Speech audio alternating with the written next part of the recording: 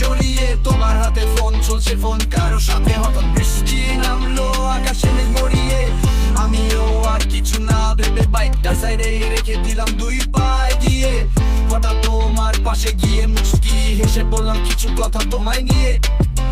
জানতে পারলাম ঠিক হয়েছে তোমার নাকি সামনে বিয়ে, বলে দেখলাম পাত্র না পেলে দেখো আমায় নিয়ে। আমি এখনো সিঙ্গেল ব্যাচেলর ছেলে, চলছে বিন্দাস লাইফস্টাইল এই জীবনে, তবে জোটেনি কপালে সুন্দর মনের মেয়ে।